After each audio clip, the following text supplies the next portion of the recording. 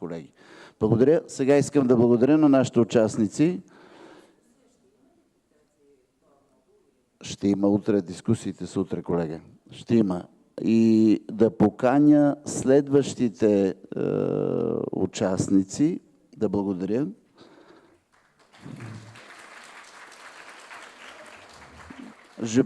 J'invite ici notre consoeur Sylvie Wesh, s'il vous plaît. Monsieur Semon, vous pouvez rester, vous êtes... Si. Non, vous ne voulez pas? Vous ne voulez plus?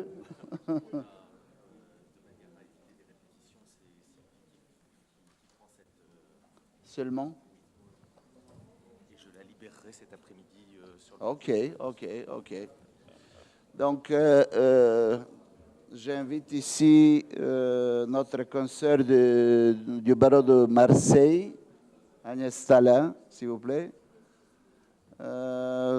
Le juge Иван Георгиев et Силви Уелш, que vous connaissez déjà.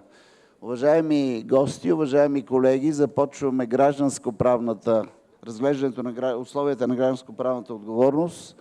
Модератор на този панел, който ще бъде последен преди обедната почивка, ще бъде колегата Агнес Стала, която е от Марсилската адвокатска колегия и член на съвета на адвокатската колегия на Марсилия. Колегата Иван Георгиев, който е съдия в Софийския районен съд от българска страна, и разбира се колегата Силви Уелш от Парижката адвокатска колегия.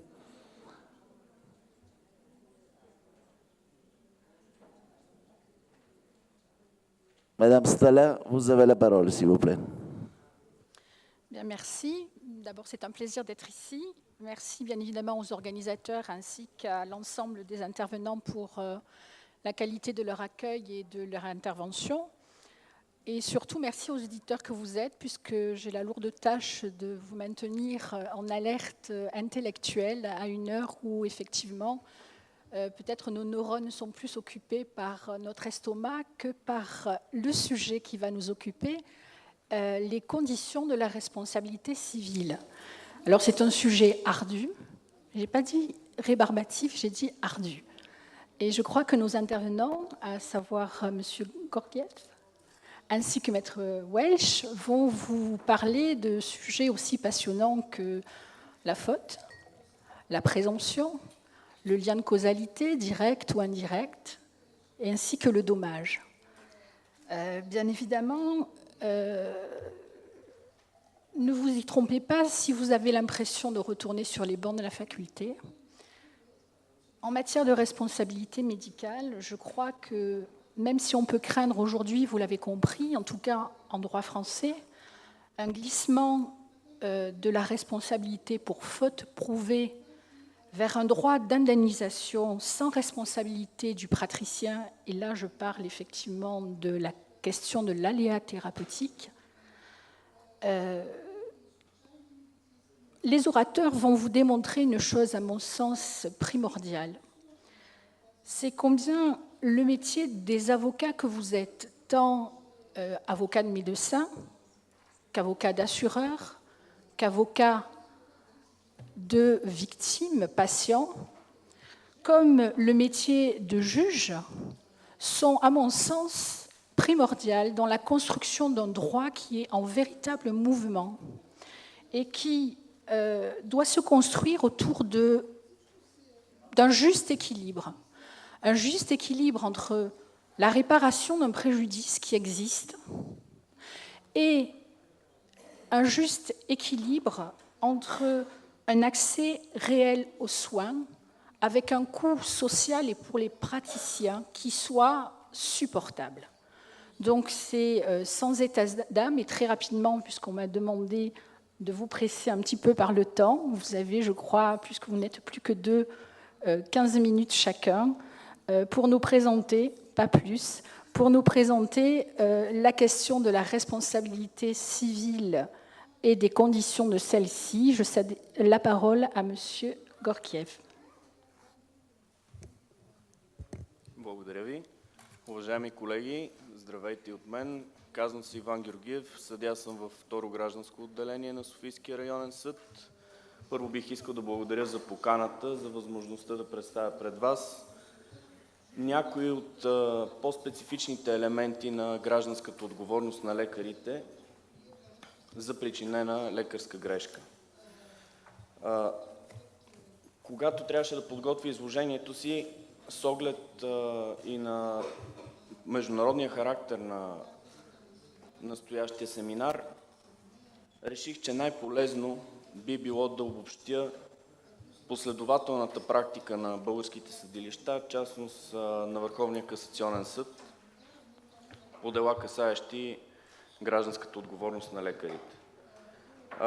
Искам да обърна внимание на това, че всичко, което ще кажа днес, е съобразено с тази практика, но и може би ще ви бъде любопитно да разберете, че в една много голяма част от случаите именно Върховният съд е този, който като последна инстанция е отменял решенията на първата и на въззивната инстанция и е постановявал решение в полза на пациента, т.е. на пострадалото лице.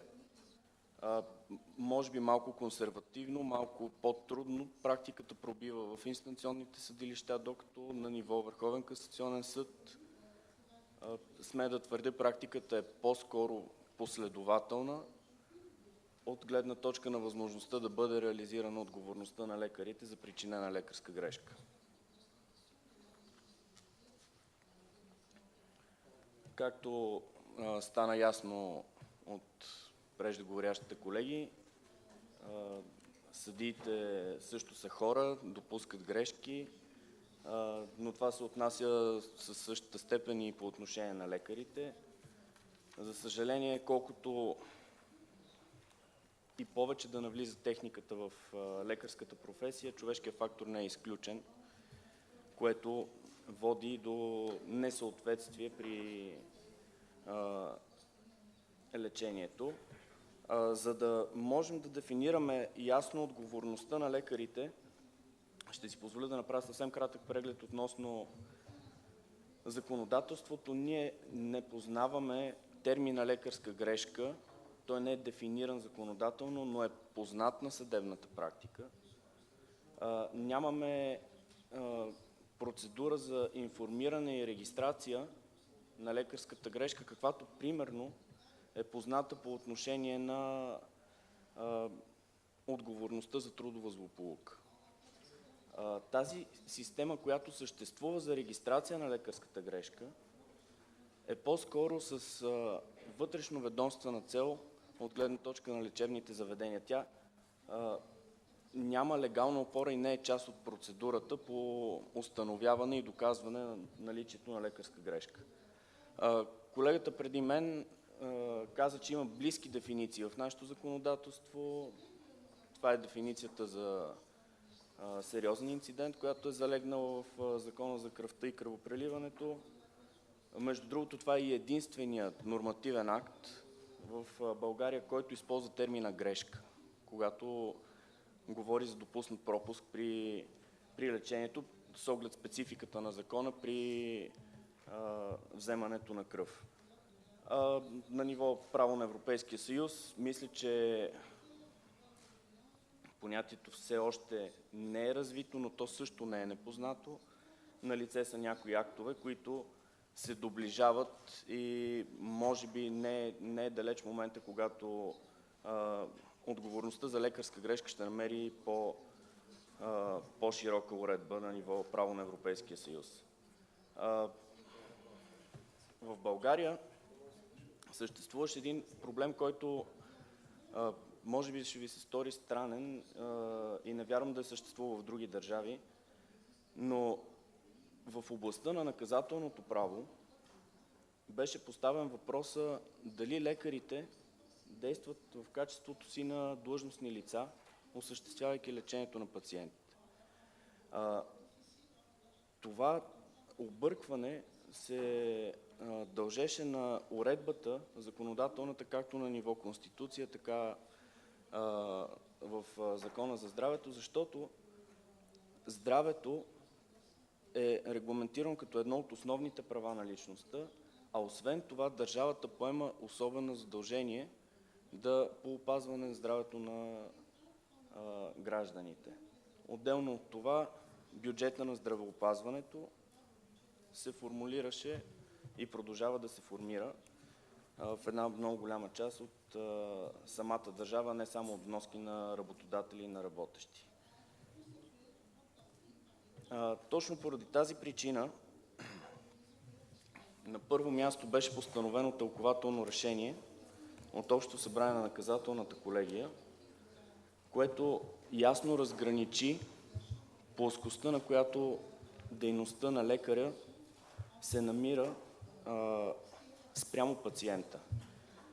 Отговорът, който наказателните съдии дадоха, но който е приложим и по отношение на гражданските дела е, че отношенията между лекар и пациент се развиват на ниво равнопоставеност, а не под някакъв инстанционен контрол, под формата на някакви публични функции, административна и изпълнителна дейност и така нататък.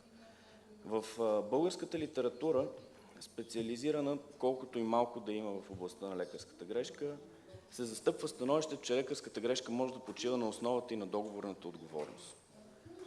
Последователно в практиката се застъпва обаче становището, че отговорността на лекаря почива и единствено и само на плоскостта на непозволеното увреждане. Аз съм абсолютно съгласен с тази практика. Знаете, че отговорността, вида отговорност, зависи от обстоятелствата, от осъществяването на които проистича. Когато задължението или неизпълнението на задължението не е предвидено в договора, следва от общото генерално правило да не се причиняват вреди на другиму, то отговорността е деликтна. Фактическият състав на деликтната отговорност ви е ясен. Аз няма да навлизам в подробности в него, просто бих искал да се спра на специфичните елементи на лекарската грешка и на всеки един отделен елемент от деликтната отговорност. На първо място става въпрос за деянието. Практиката категорично приема, че това може да бъде действие или бездействие, което да бъде в разрез с правата на пациента. Без значение кога това деяние е осъществено, дали то е преди, по време или след типичната и непосредствена намеса.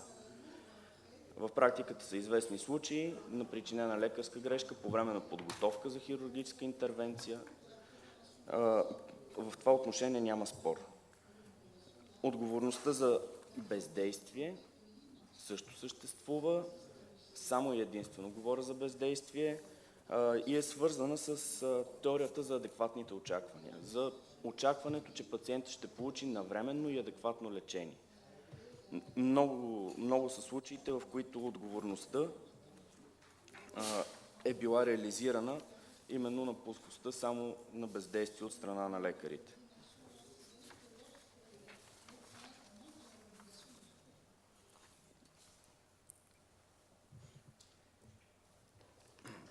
Тъй като поведението винаги е свързано с осъществяването на лечение, отговорността за лекарска грешка се ангажира по отношение на лицата, осъществяващи лечението. Член 21, алинея 3 от Закона за здравето посочва, че лечение се осъществява от медицински и немедицински специалисти. Точно поради тази причина в практиката си Върховният съд приема, че лекарска грешка може да се допусне от немедицински специалист. Достатъчно е това лице да е ангажирано по някакъв начин с осъществяването на лечение. Разликата, която се прокарва, е, че отговорността не почива на професионалната основа на лекаря, а по-скоро на функционалната връзка с осъществяваната дейност. И като казвам функционална връзка, имам предвид съвсем широко понятие. Изключително интересно е, че практиката приема, че е налице отговорност за лекарска грешка и при нарушение само и единствено на етични правила за поведение от страна на лекарите. Медицинските екипи дължат на пациентите хуманно и добронамерено отношение, проявяване на разбиране и съчувствие към тяхната болка, поради което, когато това поведение не е адекватно на очакванията, отново е възможно да бъде реализирана отговорността. По отношение на вредите, съвсем набързо ще кажа, обезщетяват се имуществените и неимуществени. Налице е практика, която позволява обезщетяване само на причинени неимуществени вреди, когато нямаме имуществена вреда. Противоправността, само с две думи бих искал да кажа, че освен в разрез с установени в нормативен акт задължения, ВКС последователно приема в може би над 20 свои решения, че противоправност е налице, когато деянието не е съобразено и с добрата медицинска практика. В практиката на административните съдилища е налице спор относно какъв е характера на актовете, с които се одобрява такъв тип практика. Поради тази причина Върховният касационен съд приема, че добрата медицинска практика с оглед на всеки конкретен случай подлежи на доказване в процеса. Добрата медицинска практика не е право и съда не го знае, затова тези обстоятелства следва да бъдат установени. Причинната връзка, това, което се каза и от колегите в панела по наказателно право, тук по-скоро трябва да обърна внимание на стандарта на доказване, защото ВКС прави ясно разграничение между стандарта на доказване в наказателното право и стандарта на доказване в гражданското. В гражданското право интензитета на доказване не е толкова силен, колкото е в наказателното. Поради тази причина заключения, които дават отговор най-вероятно, по-вероятно и така нататък, следва да се преценяват с всички останали доказателствени средства в процеса, като ВКС приема, че причинната връзка може да бъде установявана по всякакъв начин, без абсолютно никакво ограничение на доказателствата, включително и не само с експертиза. Това е, което исках да кажа. По отношение на вината, разбира се, става въпрос за деяние по непредпазливост. В едно единствено решение ВКС приема, че може да е налице лекарска грешка, когато деянието е осъществено умишлено и става въпрос за умишлено неизпълнение на етични задължения. В този случай по-скоро съм съгласен да приема, че може да е налице лекарска грешка, доколкото едно такова деяние не съставлява престъпление. Отговорността на лечебните заведения следва, мисля, че колегите ще се занимават по-подробно, които имат самостоятелен панел. Обезщетението по отношение на неимуществените вреди, както знаете, по справедливост. Това е от мен. Благодаря ви за вниманието. Merci beaucoup. Pressé par le temps, je cède immédiatement la parole à Sylvie, qui va avoir la lourde tâche, une fois que voilà, de brosser rapidement une situation complexe. Merci en tout cas de votre intervention.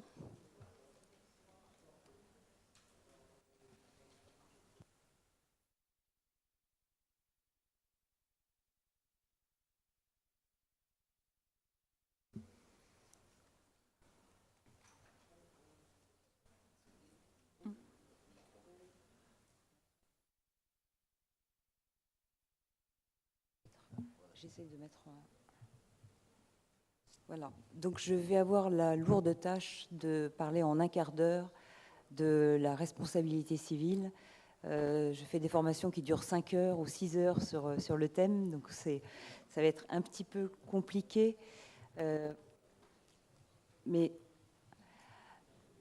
d'abord, un rappel, et souvenez-vous aussi de ce que je vous ai dit ce matin.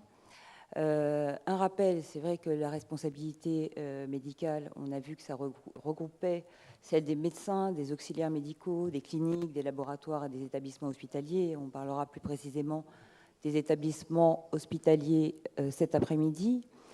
Nous avons en France donc cette spécificité que aborder la responsabilité et le fait de la juridiction judiciaire, civile ou pénale. On vous a parlé du pénal ce matin.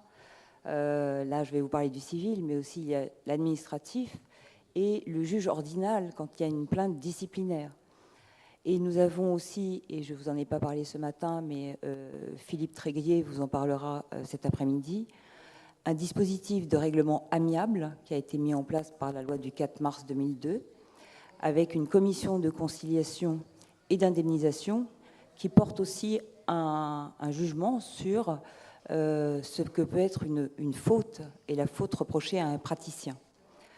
Avec la loi du 4 mars, nous avons maintenant un socle commun avec un texte précis qui est applicable pour tous les secteurs au niveau civil.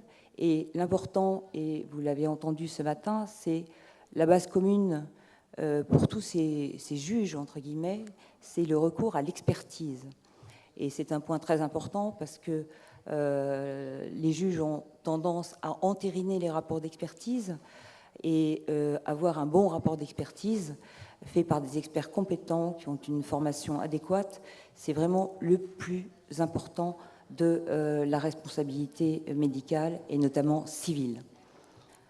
Alors, je vais passer très vite parce que nous sommes un peu pressés par le temps. Je vous ai expliqué ce matin que les juges avaient vraiment appréhendé la responsabilité et fait évoluer la responsabilité civile, et que désormais, avec la loi du 4 mars 2002, nous avons un texte qui consacre la responsabilité médicale avec l'exigence de la faute. Et on ne parle plus de responsabilité contractuelle ou délictuelle, c'est la faute médicale, mais il n'y a pas de définition. Et on voit dans la loi du 4 mars, on voit plusieurs termes selon les textes. Il peut y avoir une faute établie, avérée, caractérisée. C'est des adjectifs qu'on voit tout au long des textes de loi, et ça, qui nécessite donc une appréhension par les juges. Et le rôle du juge est essentiel. Alors, pour aller plus vite dans le sujet, je vais aborder deux thèmes. Bon, vous avez compris ce matin que la France avait mis en place un système qui permettait d'indemniser les accidents médicaux lorsqu'il n'y avait pas de faute. Et donc, qu'est-ce qui reste à la faute médicale? Et est-ce que le fait qu'il y ait une intervention à un moment donné de la solidarité nationale fait que les juges vont avoir une appréhension différente de la faute, en se disant que finalement la solidarité nationale pourrait indemniser certains pans et certains actes des médecins qui autrefois étaient indemnisés par le biais de la faute? Alors, nous allons voir que ce n'est pas tout à fait le cas et que les juges maintiennent quand même les jurisprudences qu'ils avaient mis en place sur la faute avant la loi du 4 mars. Alors, il y a deux types de fautes, et je vais vous parler des deux en essayant de faire vite. La première série de fautes, ce que j'appelle la faute de conscience ou d'humanisme, c'est lié au défaut d'information des patients. C'est quelque chose qui a une grande importance dans la jurisprudence française, parce que le défaut d'information a permis, avant la loi du 4 mars 2002, et alors qu'il n'y avait pas d'indemnisation de l'accident médical, de pouvoir indemniser un patient en faisant appel à ce défaut d'information des médecins, parce que le médecin doit informer son patient de ce qui va se passer et des actes, et le patient doit consentir à l'acte, et cela permettait d'indemniser quand il n'y avait pas d'information, parfois lorsqu'il n'y avait pas de faute médicale, de science, technique dans un dossier. Et nous avons toute la série des fautes de science médicale. Nous passerons aussi sur, en déroulant l'acte médical, du diagnostic à l'acte de soins et la surveillance. Et je vais vous montrer rapidement comment c'est abordé par les juges. Alors, sur le devoir d'information, alors, mon PowerPoint est sur le site de l'UIA, donc vous irez le voir, parce que maintenant nous avons des textes très précis et j'ai développé ça de façon très importante. Il faut savoir simplement que maintenant, l'obligation d'information, elle est actée dans les textes. Et vous voyez cet article du Code de la santé publique, où le médecin doit informer le patient de tous les risques fréquents ou graves, normalement prévisibles, que les actes comportent. Donc c'est une information très très large qui doit être donnée par le patient, et cette information doit être claire, appropriée et donnée au patient avant chaque acte. Et les principes sur ce défaut d'information sont importants, et je vous l'ai dit ce matin, c'est que pour permettre l'indemnisation des patients, justement, on a eu un renversement de la charge de la preuve, qui est acté là aussi dans la loi. C'est au médecin de prouver qu'il a bien exécuté cette obligation. Alors, il peut le prouver, ça a été vraiment une révolution pour les médecins en France, mais comment allons-nous prouver que nous avons bien informé le patient de tous les risques qu'il encourait au cours d'un acte?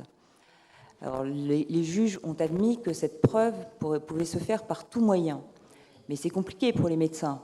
C'est par quel moyen? Alors, les juges retiennent le nombre d'entretiens qu'on peut avoir avec son médecin, tous les courriers qui peuvent être dans le dossier médical, d'où l'importance d'avoir le dossier médical, le fait que le patient ait certaines connaissances médicales. Donc il y a toute une jurisprudence sur la preuve du défaut d'information. Alors, est-ce que le médecin doit informer en toutes circonstances? Il y a quand même des limites. Évidemment, l'urgence. C'est-à-dire que si un patient arrive aux urgences dans un état difficile, évidemment, le médecin est exonéré de son devoir d'information. Il l'est aussi lorsqu'il y a une impossibilité ou si le patient refuse d'être informé. Et là, sur un refus du patient, se pose aussi le problème de la preuve. Comment le médecin va-t-il justifier le fait que c'est le patient qui n'a pas voulu être informé? Donc on se retrouve toujours avec ce problème de preuve qui doit être apporté par le médecin. Sur l'information, il faut savoir que cette information doit être donnée par chaque médecin qui intervient dans l'acte, dans les actes faits pour un patient. Et le destinataire de l'information, c'est le patient lui-même. Et il n'y a que dans certains cas où c'est la famille qui peut être informée. Le contenu de l'information, là aussi, le médecin dit, mais qu'est-ce que je dois dire? Qu'est-ce que je dois dire au patient? La jurisprudence avait dit, le médecin doit informer sur tous les risques, y compris les risques exceptionnels. Donc ça voulait dire vraiment une information très très large. Le texte de loi qui a été repris nous parle des risques graves et normalement prévisibles.